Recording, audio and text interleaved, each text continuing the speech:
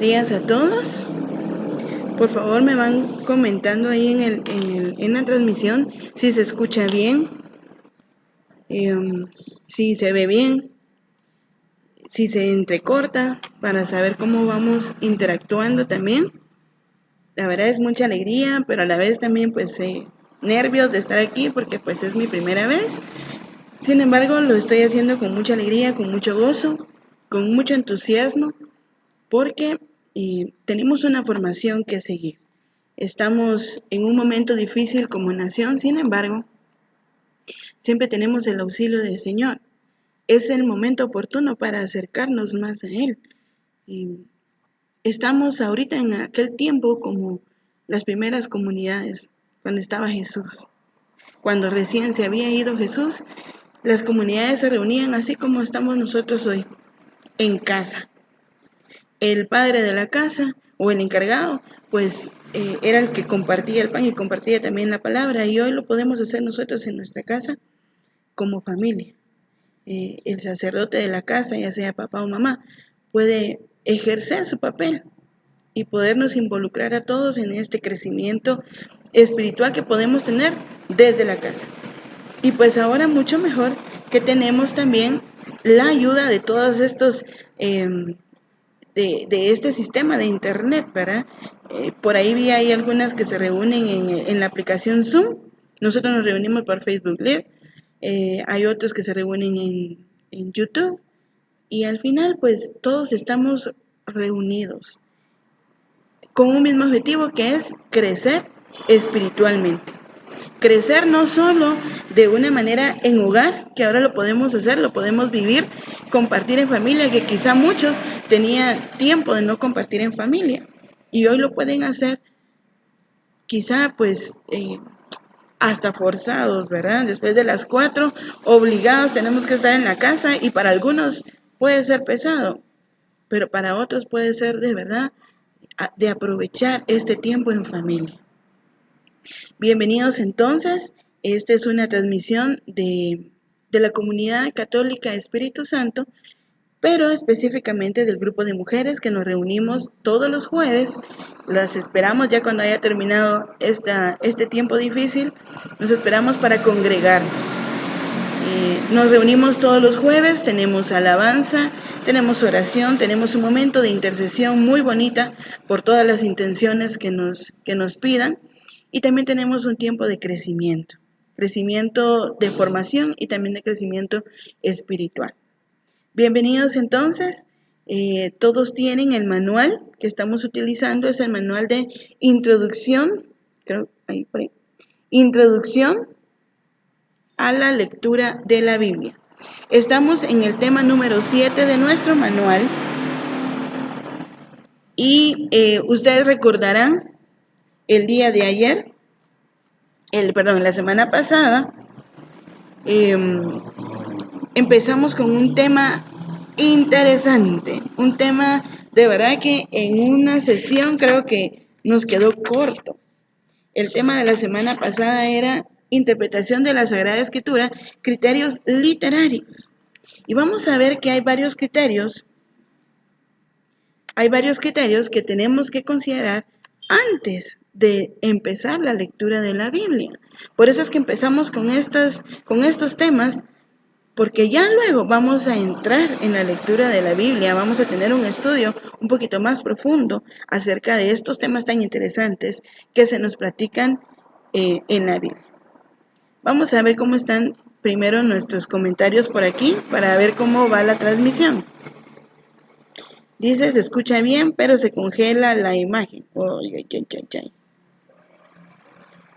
Saludos a Juan Carlos Arévalo, a Johanna que nos están viendo, también a José Castañeda, a Lina Marroquín, gracias por tus comentarios. Esperemos que mejore un poquito esto.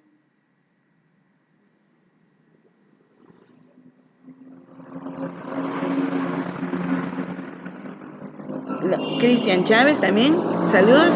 La verdad es de que pues nos decían de que las transmisiones, toda la red de Internet está un poquito colapsando porque muchos pues ya nos unimos a la transmisión de esta forma, ¿verdad? Y entonces hay muchas transmisiones al mismo tiempo, mensajes que se envían, meetings en Zoom, no solo de amigos, sino también de escuelas, de colegios, de universidades, de empresas. Entonces vamos a tener paciencia un poquito y a tratar de desarrollar este tema lo mejor posible.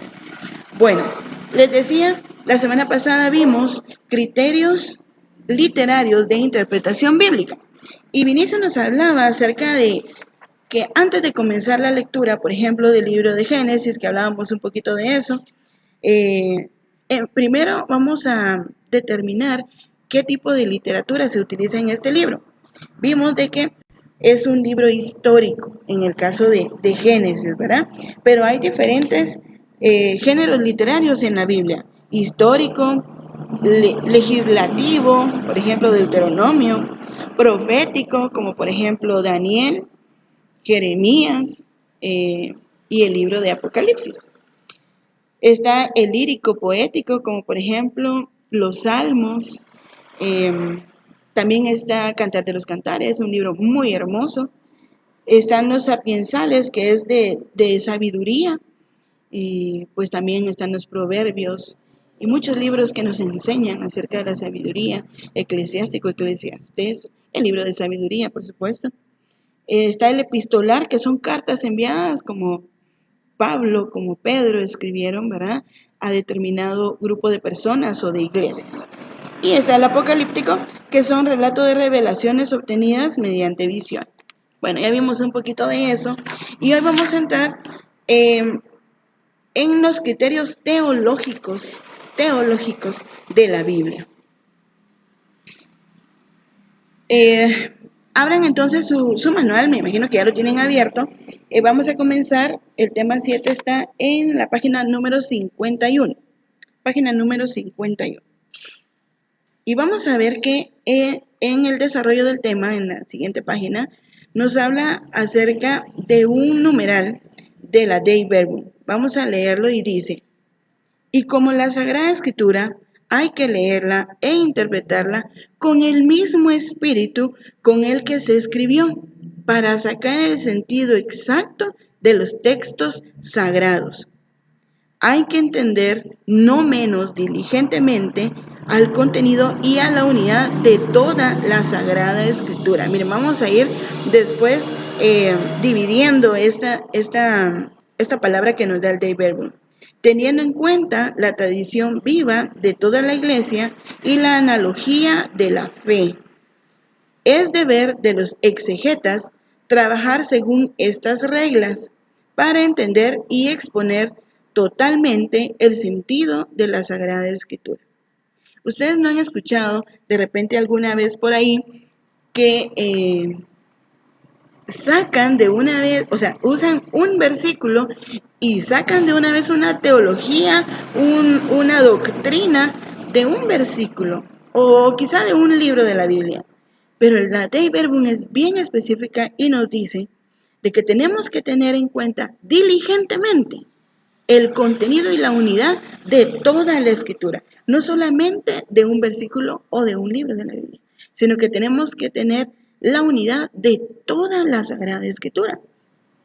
Y al entender esto, vamos a comprender ya después de que cuando en un versículo se nos dice una cosa, por ejemplo, en el Nuevo Testamento se nos hace mención de algo en específico y especialmente de la ley, es porque está mencionando directamente algo del Antiguo Testamento, algo que ellos ya vivían y ya sabían con anterioridad.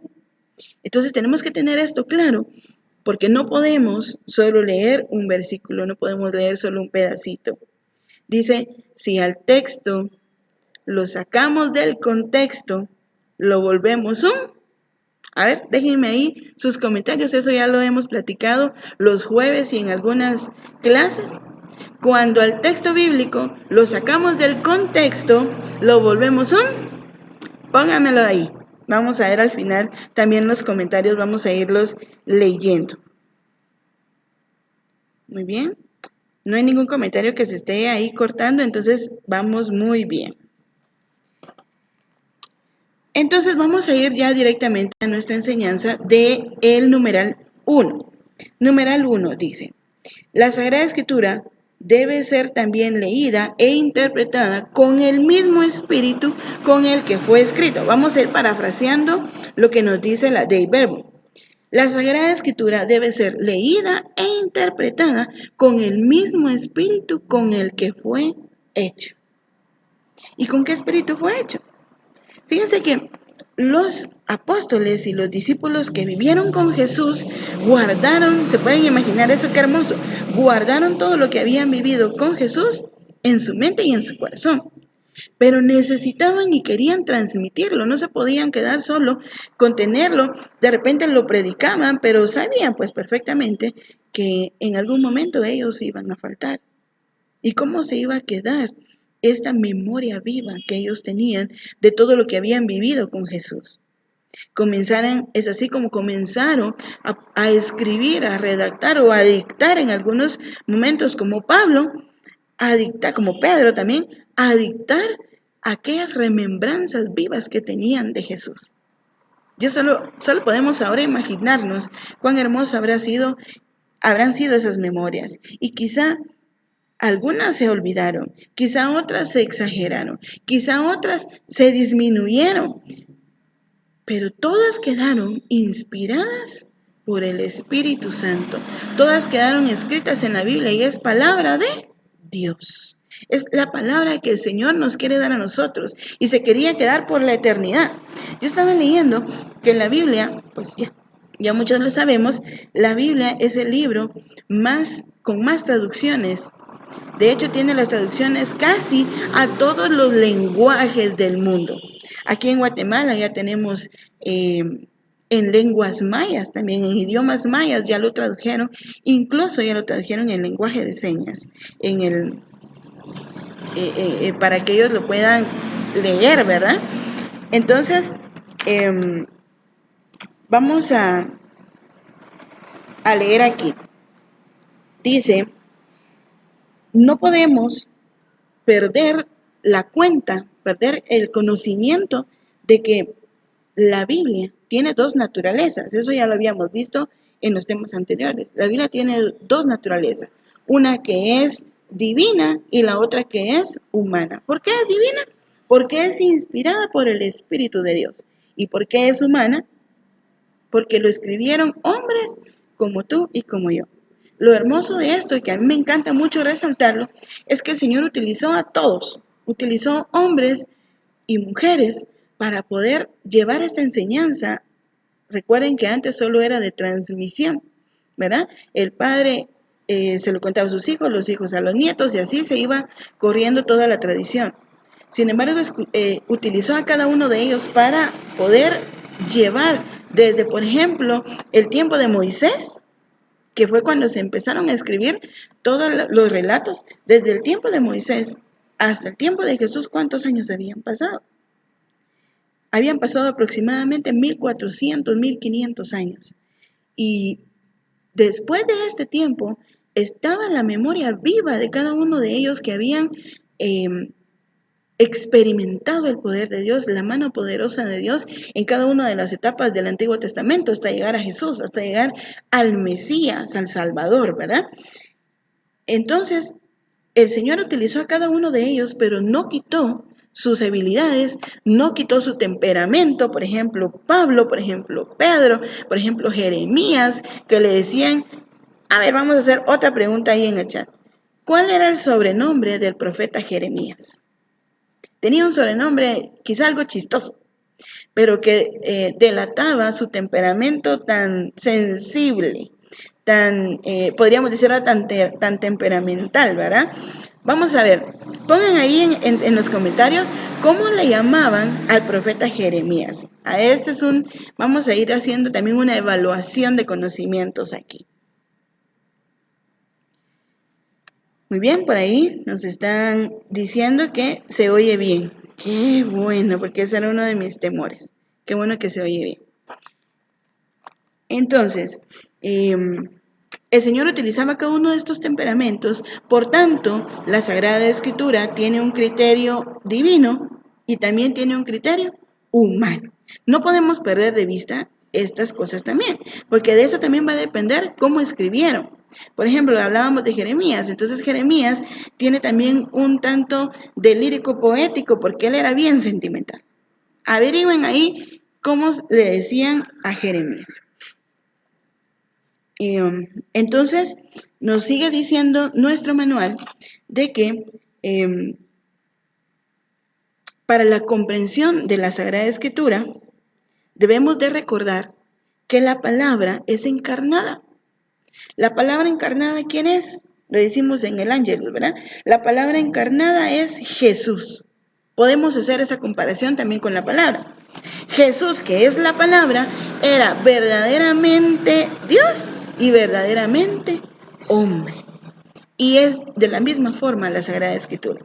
El Verbo encarnado, verdaderamente Dios, verdaderamente divino y verdaderamente humano. Sin embargo, la creación del hombre no fue hecha para que el hombre sirviera a Dios, sino que en el numeral 1, por ejemplo, solo por un ejemplo, en el numeral 1 del Catecismo de nuestra Iglesia Católica dice que Dios, en su infinita bondad, en un deseo de pura bondad, tuvo a bien crear al hombre. Estoy parafraseando, búsquenla ustedes. Tuvo a bien crear al hombre para compartir con él todos sus bienes, toda su vida y su creación, toda su riqueza. Para eso nos hizo el Señor. No nos hizo, como lo creían en ese tiempo muchos de las culturas de ese tiempo, que el hombre había sido creado por un Dios con minúscula para que nosotros hombres le sirviéramos a ese Dios. Por eso se hacían sacrificios, por eso incluso sacrificios humanos, y por eso de repente si el Dios estaba enojado, mandaba un terremoto, mandaba inundaciones. Sin embargo, el Dios que nos creó a nosotros, en su infinita bondad, en un designio de pura bondad, nos hizo a nosotros para compartir sus riquezas. Más bien Él se vuelve servidor de nosotros. Y Jesús lo dice en el Nuevo Testamento: yo no he venido a servir, sino a ser servido. Y entonces con esta idea que tenemos de este Dios que nos viene a servir, con este Dios que viene a ser parte de nuestra vida, es que esta historia de la salvación, esta historia de la Sagrada Escritura, no se puede alejar, no se puede separar, no se puede dividir de nuestra vida, de nuestra propia vida y de la historia de la humanidad. Esa inserción que tiene el Señor, que tiene Dios en la historia del mundo, lo hace con un solo propósito, que es la salvación de la humanidad, la salvación de toda su creación. No quiere privarnos de esa vida bienaventurada que tenemos con el Señor, de esa vida eterna a la que inicialmente fuimos creados. Número 2. Bueno, vamos a ver aquí que hay un hilo conductor que une toda la historia de la humanidad, toda la historia de la salvación, toda la historia de la Sagrada Escritura, en esa historia completa. Hablábamos al inicio que no podemos dividir, ¿verdad?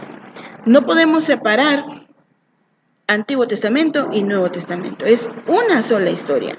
Y este hilo conductor, es decir, este hilo que une estas dos historias, se llama el Espíritu Santo.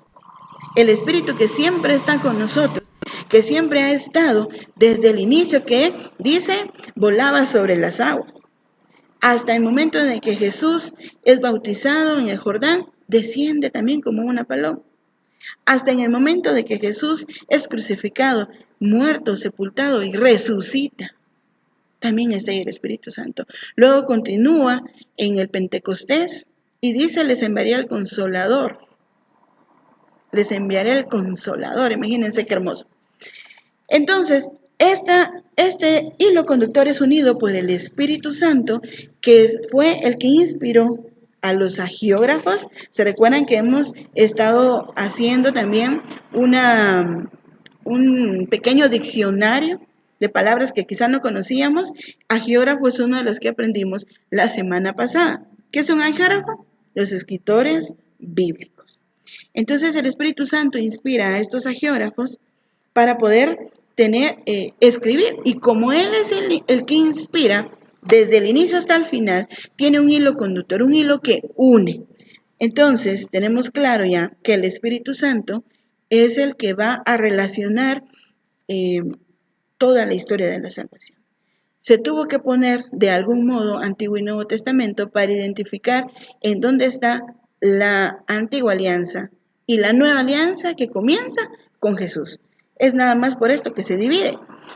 Pero si no hubiera esa división sería una sola historia. Esta división ha causado en el transcurso de la historia de la humanidad ciertas diferencias, ciertas discrepancias acerca de la Escritura, sin tomar en cuenta que es uno el que la inspiró, que es el Espíritu Santo de Dios. Número 2.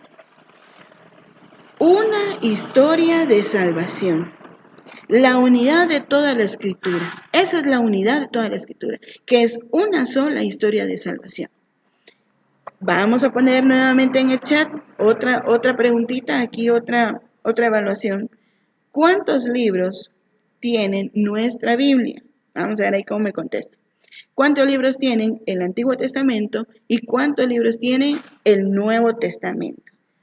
Sin hacer ahí trampa y buscar en el Google. Debemos de ser ya nosotros estudiosos de la palabra. Amamos al Señor, pero no amamos su palabra. No puede ser, ¿verdad? Tenemos que tener también ese tipo de conocimiento aquí, en la mente, ¿verdad? ¿Cuántos libros tiene el Antiguo Testamento y cuántos libros tiene el Nuevo Testamento?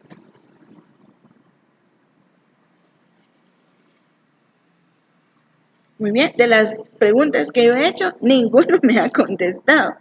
Recuérdense, ¿cuál era el sobrenombre del profeta Jeremías? ¿Y cuántos libros tiene nuestra Biblia, la Sagrada Escritura? Recordemos que Biblia en castellano, pues la traducción al castellano es Biblia, pero en el griego, biblión ya vimos que significa muchos libros, muchos libros.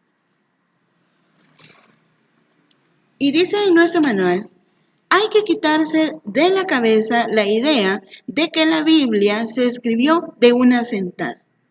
Hay que quitarnos de verdad de la mente de que alguien se sentó a escribir la Biblia. Imagínense, toda nuestra Biblia, se sentó a escribir la Biblia y en tantos meses o en tantos años la terminó de escribir y se levantó hasta que la terminó de escribir. Eso no es así.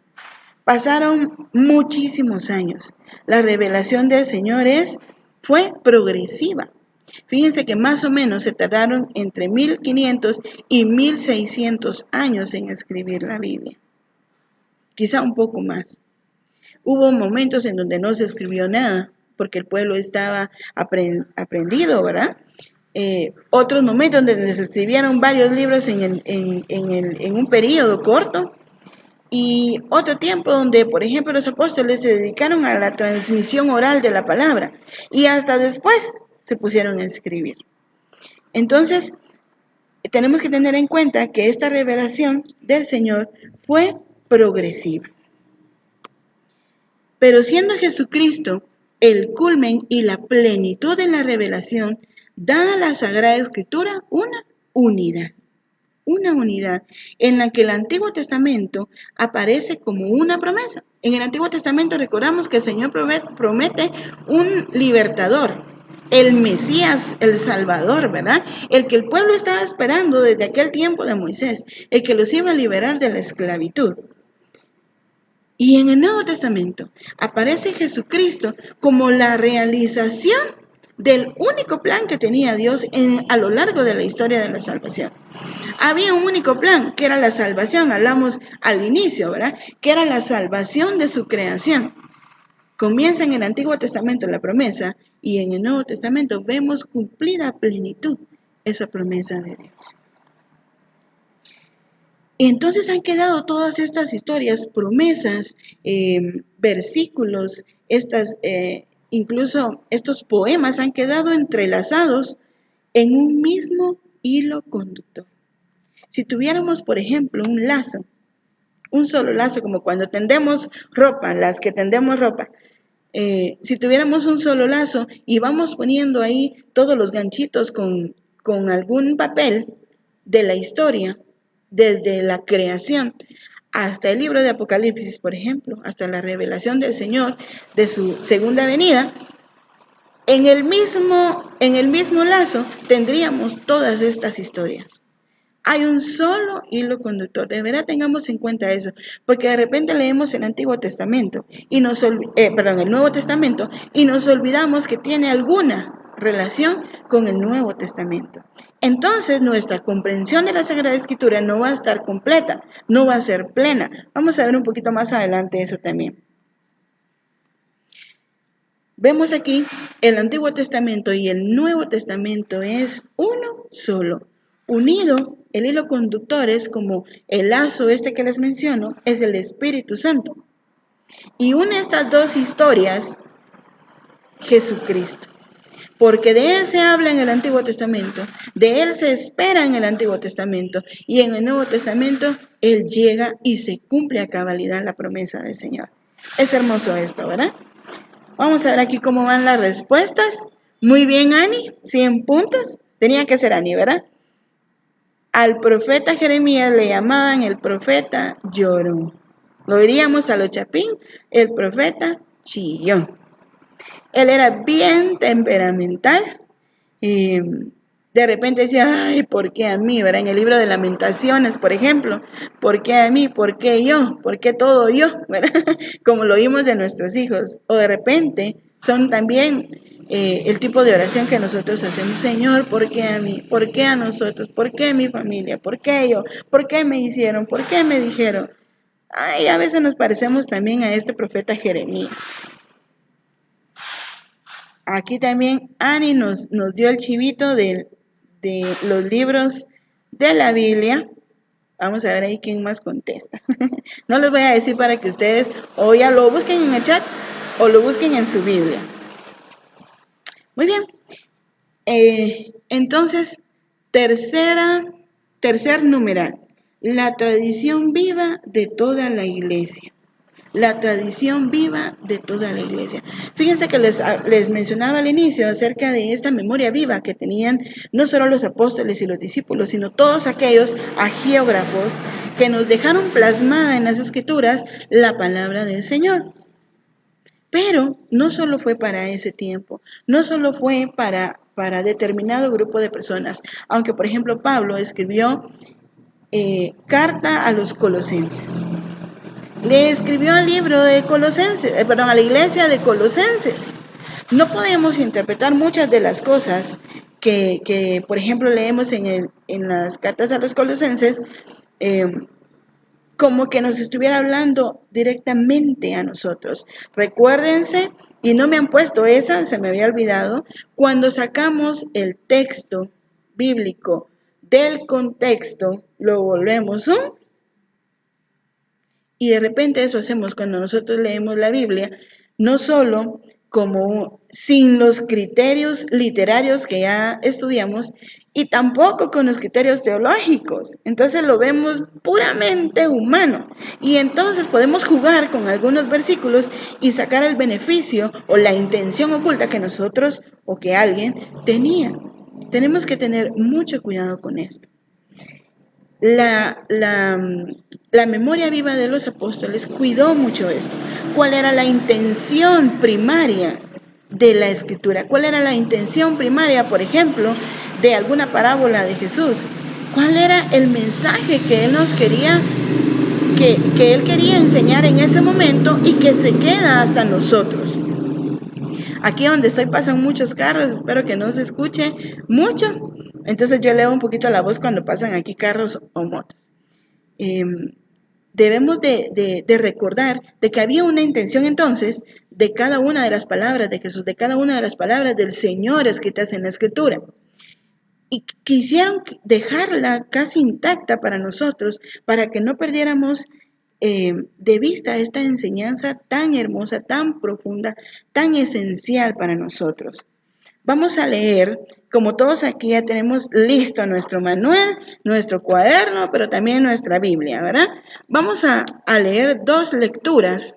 Vamos a buscar en nuestra Biblia el libro de Hebreos 4:12. Hebreos 4:12.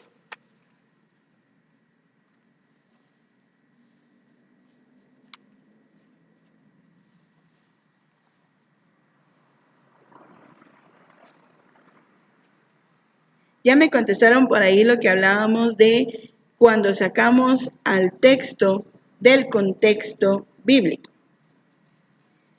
Hebreos 4:12 dice así: porque la palabra de Dios es viva y todo lo inspecciona. Quisiera que ustedes, como cada quien tenemos diferentes versiones de la Biblia, de repente me puedan escribir ahí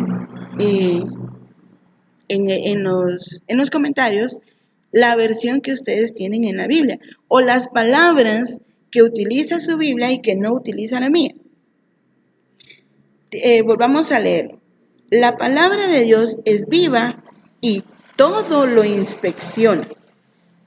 Y es más cortante que una espada de 2 filos, que penetra hasta la división del alma y del espíritu, de las coyunturas, de la médula y los huesos, y juzga las intenciones y las reflexiones del corazón.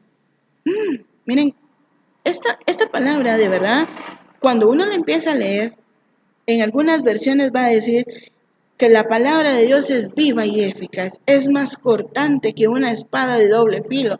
Qué hermoso, dice uno, ¿verdad? Que penetra hasta la coyuntura, hasta la médula y los huesos, dice.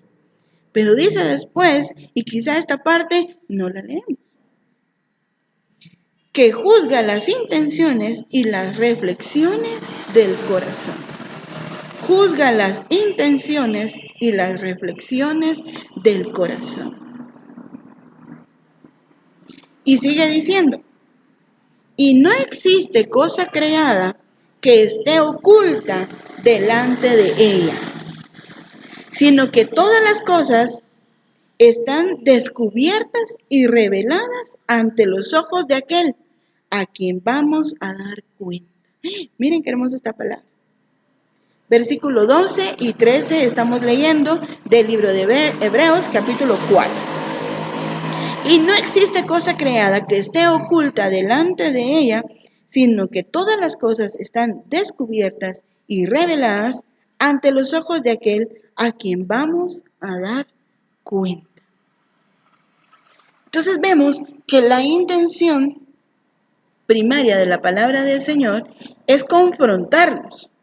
Es de verdad, dice en algún otro versículo de la Biblia, es como un espejo, que nos vemos delante de ella y podemos ver realmente cómo somos, realmente qué es lo que estamos haciendo bien, qué es lo que estamos haciendo mal. Allá nosotros, de verdad, cuál es el juicio personal, qué es lo que vamos a dejar, qué es lo que vamos a quitar. Pero nos menciona que este mensaje es perenne. El mensaje y la inspiración divina del Espíritu Santo en todo el hilo conductor de las Sagradas Escrituras es perenne. Eso significa que está viva hoy, que fue para ayer y que también será para mañana. Por eso dice Hebreos 4:12, es como una espada de doble filo que penetra hasta la coyuntura del alma. Aquel que lee la Biblia tomando en cuenta los criterios literarios y tomando en cuenta los criterios teológicos, no puede continuar su vida de la misma forma. Porque va a tener un encuentro con el Señor. Y fíjense, por ahí hace mucho tiempo me regalaron una estampita y dice, quien encuentra a Jesús no puede permanecer igual que antes. Y esto es realmente lo que sucede cuando nosotros tenemos una correcta lectura de la palabra del Señor, de las Sagradas Escrituras. Vamos a encontrarnos con Jesús en el Antiguo Testamento. Inevitablemente vamos a encontrarnos con Jesús en el Antiguo Testamento y también vamos a encontrarnos con Jesús definitivamente en el Nuevo Testamento. Y por tanto, nuestra vida no puede seguir de la misma forma. Por eso es bien importante que nosotros tengamos en cuenta el criterio literario y el criterio teológico. Que tengamos en cuenta el contexto de la palabra, por qué se decían las cosas, en qué momento se dijeron las cosas, a qué destinatario se hablaba. Al inicio en la Biblia, al inicio de cada libro de la Biblia, bueno, depende de sus Biblias, pero si quieren busquemos al inicio de cada libro hay una pequeña introducción acerca del libro, más o menos cuándo fue escrita, para quién fue escrito, quién lo escribió, por qué lo escribió, qué estaba sucediendo en ese momento de la historia del mundo, no solo bíblica, sino del mundo, ¿verdad? Tenemos que tener muy en cuenta todas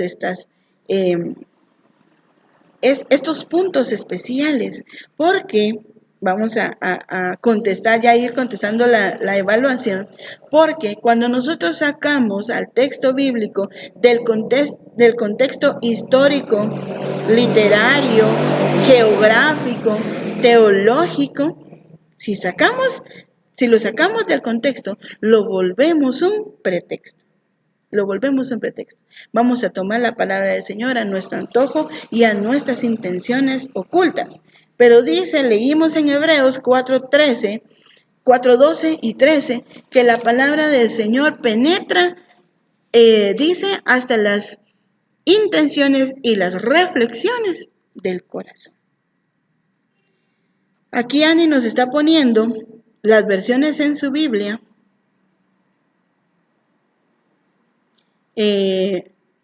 Por ahí nos está también contactando Yayita de Cortés, mi madre. Saludos, madre. Y en su versión dice, discierne los pensamientos y las intenciones del corazón.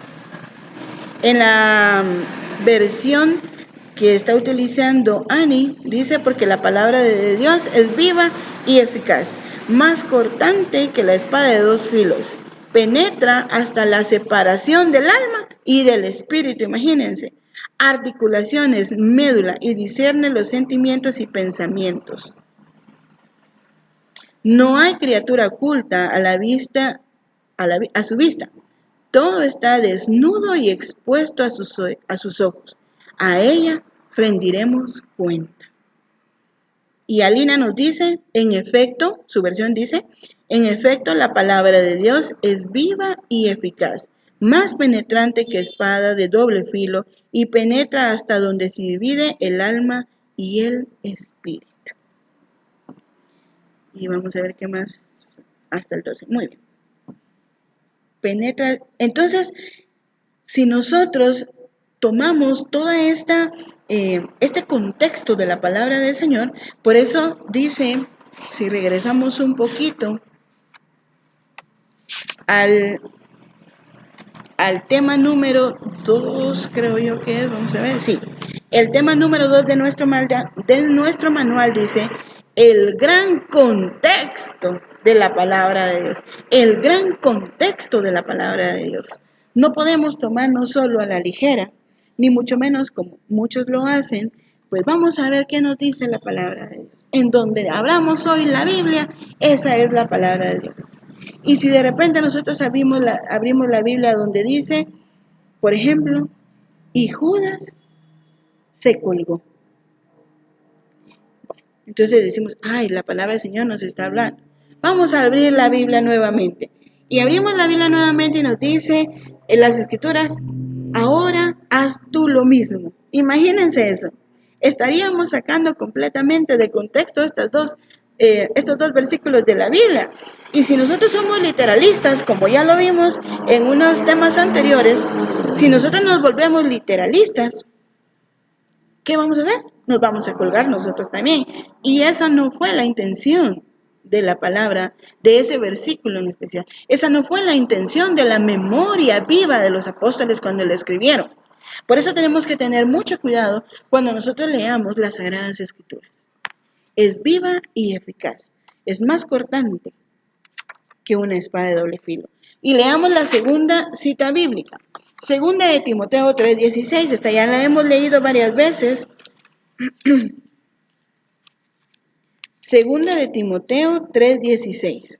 Y dice así: toda escritura que ha sido escrita por el Espíritu es provechosa para enseñanza. Miren, ahí vayamos enumerando. ¿Es provechosa para qué? Para enseñanza, para amonestación, para corrección, para instrucción a la justicia y para instrucción a la justicia. ¿Con qué propósito? Versículo 17. Con el propósito de que el hombre de Dios, ahí, a ver una pausa, con el propósito que el hombre de Dios sea maduro e íntegro para toda buena obra. Para toda buena obra. ¿Para qué es el propósito del Señor de la Sagrada Escritura? Para que el hombre de Dios, ¿quién es el hombre de Dios? Tú y yo somos hombres del Señor si cumplimos su mandamiento, si seguimos sus enseñanzas. Para que el hombre de Dios sea maduro e íntegro para toda buena obra. En otra versión en otra versión que yo tengo, dice para que sea capacitado y completamente preparado para hacer toda clase de buena obra.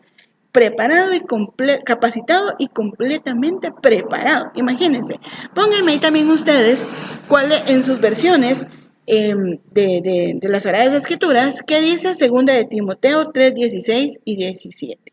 4 cosas nos menciona estos versículos para los que son provechosas las Sagradas Escrituras. Por eso es, en el numeral 3 dice, la transmisión viva de toda la iglesia. El Espíritu Santo, la inspiración divina del Señor, perenne en toda la historia de la humanidad, en toda la historia de la salvación, y ahí entramos tú y yo. Gloria a Dios por eso. Entramos tú y yo. ¿Para qué es provechosa la Sagrada Escritura? Para la enseñanza, es provechosa para enseñar, para amonestar, para corregir y para instruir en la justicia. En realidad, las Sagradas Escrituras es un manual, es un instructivo de vida. De repente nosotros tenemos un altar en nuestra casa y es hermoso que tengamos un altar en nuestra casa y tenemos la Biblia abierta en ese altar, ¿verdad? Yo creo que casi todos tenemos eso. Tenemos la Biblia abierta en nuestro altar. ¿Qué cita tenemos abierta? Especialmente en este momento que estamos viviendo como nación, la cita que tenemos es el Salmo 91, Salmo 121, Salmo 23, ¿verdad?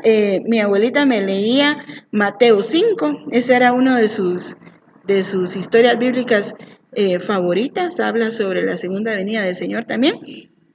Y eso me decía ella, abrime la Biblia en Mateo 5. Fíjense, bien hermoso mi abuelita. Mi abuelita no podía leer ni escribir, pero ella me decía, abrime la Biblia en Mateo 5. Vaya, le decía, yo me iba a traer la Biblia. Léemela. Y se la leí. Ahora me decía, déjamela ahí en la mesa, abierta, en Mateo 5. Vaya, me decía. Y ella se ponía a orar y me decía, vaya, gracias, salite. Y yo me salía de su habitación y ella se ponía a orar. Ya en sus últimos años, ella casi solo se estaba pues en la cama, ¿verdad? Recostada. Y ahí acostada, ella se ponía a orar en voz alta. Y yo me salía, afuera de su habitación hay una mesa, había una mesa y unas sillas. Y yo me sentaba ahí, yo me ponía a orar en algún momento, pero ella oraba bastante. Y entonces yo la seguía en los primeros minutos de su oración, pero ella me decía que le abriera la Biblia y que se la dejara en su mesa. Eso es hermoso. Pero una de las cosas que principalmente ella me enseñó es que la Biblia no solo se abre para ponerla en un altar, para ponerla en una mesa, sino se abre para leerla. La palabra del Señor es viva y eficaz. Qué bueno que tenemos un altar, especialmente en este tiempo de Cuaresma y Semana Santa que estamos próximos a comenzar, Pero sería mucho mejor que si nosotros la tenemos abierta, sea para leerla, sea para estudiarla. Porque eh, dice en Timoteo, de que la palabra del Señor es útil para enseñar, para amonestar, para corregir y para instruir en la justicia. Es decir, un estilo de vida agradable delante de los ojos del Señor. No solo delante de los ojos del Señor, sino también delante de los ojos de los hombres, especialmente en este tiempo que estamos viviendo como nación, no solo a causa de esta epidemia, sino también a causa de la pobreza y de la corrupción. Vamos a ser un poco más humanos, vamos a de verdad ser cristianos y compartir, vamos a de verdad ser justos y no caer en las redes de la corrupción también, ¿verdad? En nuestros negocios especialmente. Muy bien. Analogía, y el numeral número 4 nos habla acerca de la analogía de la fe. Vamos antes de comenzar, vamos a ver si nos contestaron algunos mensajes. Cintia nos está conectando. Qué bueno, Cintia, que te conectaste. Nada de lo que Dios ha creado puede esconderse del todo de Él, perdón. Todo está claramente expuesto ante aquel a quien tenemos que rendir cuentas. ¡Oh! Miren qué bonita esta palabra. Toda escritura es inspirada por Dios y útil para enseñar, redarguir, para corregir en justicia. Muy bien. Analogía de la fe. Dice también Yayita que la cita que ella tiene en su altar es Malaquías 3, del 1 al 5. Como ahí tienen su cuaderno, apunten Malaquías 3, del 1 al 5. Vamos a leerlo para ver también qué nos dice el Señor. Compartamos las lecturas que tenemos en nuestros altares o en algún lugar de nuestros hogares, pero especialmente vamos a irlos a leer. Compartamos la palabra del Señor en nuestros hogares. Malaquías 3, del 1 al 5. Muy bien. Numeral 4. Analogía de la fe. ¿Qué significa esto? ¿Qué es analogía? Analogía, según la Real Academia de la Lengua Española, significa una relación de semejanza entre cosas distintas. Miren, quizás hay algo contradictorio, pero dice una relación de semejanza entre cosas distintas. Y de repente por ahí algunos que no creen en las Sagradas Escrituras, que no creen en el Señor, o que dicen ellos no creer, eligen ellos más bien no creer.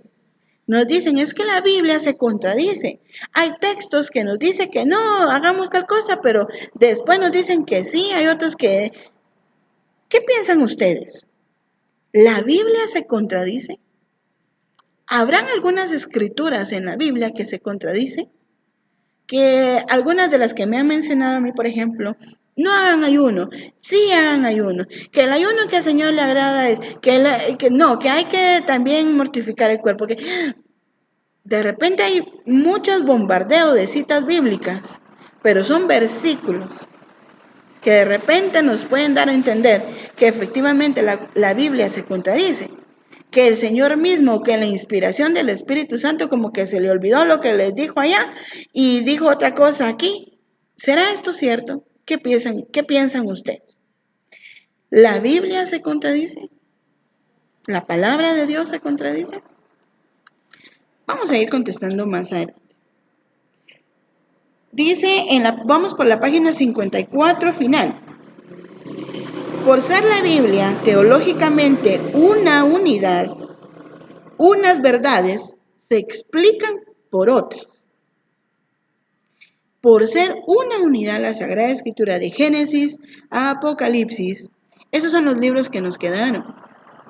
De Génesis a Apocalipsis, muchos de los libros que ya se habían escrito, que se mencionan en la Biblia, se perdieron en el transcurso de la historia de la humanidad. Se perdieron con tantas guerras, con tantos exilios, con tantas invasiones que tuvo el pueblo de Dios, se perdieron muchos libros. Pero los que se quedaron para nosotros, del Génesis a Apocalipsis, son para, como decía Timoteo, para enseñar, para corregir, para amonestar y para instruir. Para eso se quedaron la palabra del Señor en nuestra vida. Entonces, esta unidad, hay unas verdades que se explican por otras, porque la revelación de Dios fue progresiva.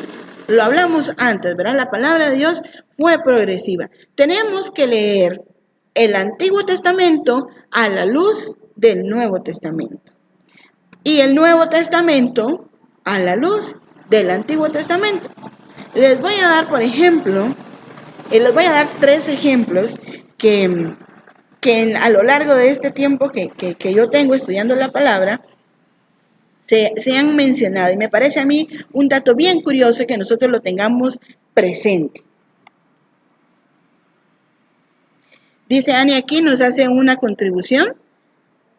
¿Será que la palabra de Dios se contradice? Claro que no, sino que se complementa, nos dice Ani. Se complementa, no se contradice, sino se complementa. Así es perfectamente. Entonces les decía, vamos a hacer 3 analogías, vamos a poner ejemplo 3 analogías.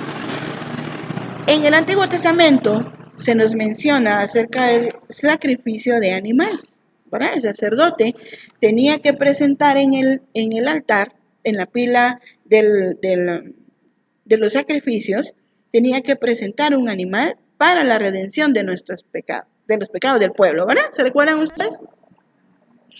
Pues en el Nuevo Testamento, el Señor hace mención que dice que Él es el sacrificio vivo, que Él murió por nosotros, es el Cordero, fue llevado, y hace mención de varios versículos del Antiguo Testamento, los hace mención específicamente en el momento de la pasión del Señor, que dice fue llevado como Cordero al matadero, y que ya no va a haber ningún otro sacrificio de animal, porque Él entregó hasta la última gota de sangre por nosotros. Ahí podemos ver una de las analogías. En el Antiguo Testamento habían sacrificios de animales, sacrificios de sangre de animales. ¿Por qué? Porque no había llegado el Mesías. Sin embargo, cuando llega Jesucristo y hace y cumple plenamente la promesa de Dios del Antiguo Testamento, Él es llevado como cordero al matadero. Él ha sido sacrificado y fue también un sacrificio de sangre. ¿Por qué entendemos este sacrificio de sangre? Si no hemos leído en el Antiguo Testamento acerca del sacrificio de sangre, no vamos a comprender que el sacrificio de sangre que Jesús hizo fue para perdón de nuestros pecados, que los judíos ya sabían, ya tenían ese conocimiento y ese concepto y esas prácticas. Ya lo tenían desde muchísimo antes. Entonces, cuando el Señor hace mención de este sacrificio de sangre que Él va a hacer, los judíos comprendían. Pero quizá nosotros cuando lo leemos no lo comprendemos. ¿Por qué? Porque no hemos leído el Antiguo Testamento. Otra de las analogías que también se nos presentan en la Biblia es, por ejemplo, cuando Jesús dice, donde uno más, en Mateo 18:20 lo menciona, donde uno o más se reúnen en mi nombre, ahí me haré yo presente. Ahí estará mi Padre presente. Donde uno o más. ¿Por qué menciona esto? Donde uno o más. Quizá en nuestras comunidades, al inicio cuando vamos a hacer nuestras asambleas, así ya típico horario chapín, no llegan temprano, no llegan puntual. Si comenzamos, por ejemplo, nosotros que nos reunimos los jueves, comenzamos a las 10. A las 10 de la mañana no hay muchas mujeres. A veces hasta el de la alabanza no ha llegado. Y son las 10, 10 y 10, 10 y cuarto. Y no comenzamos porque no han llegado las hermanas. De repente ya nos juntamos unas 4 y entonces la coordinadora dice, bueno, vamos a comenzar, porque dice la palabra del Señor que donde uno o más se reúne en su nombre, ahí se hace el presente. Y todos los demás decimos, amén, amén, comencemos. Y comenzamos. Bueno, claro, leímos en Hebreos que la palabra del Señor es viva y eficaz, es perenne, ¿verdad? Ayer, hoy y siempre. Sin embargo, esta escritura en su contexto no es realmente como nosotros lo hemos utilizado. Era una enseñanza para el pueblo judío en ese momento. En, en las leyes, en las 613 leyes que tenía el pueblo judío, había una que decía que hasta que hubieran 10 justos, es decir, 10 varones justos, hasta que hubieran 10 justos, se podía comenzar a celebrar una asamblea para dictaminar un juicio. Y el Señor entonces hace, como decía Ani aquí, no contradice esta ley, sino que la perfecciona. Y entonces dices que no necesitamos 10 justos para poder celebrar un juicio. No necesitamos 10 justos para comenzar una asamblea.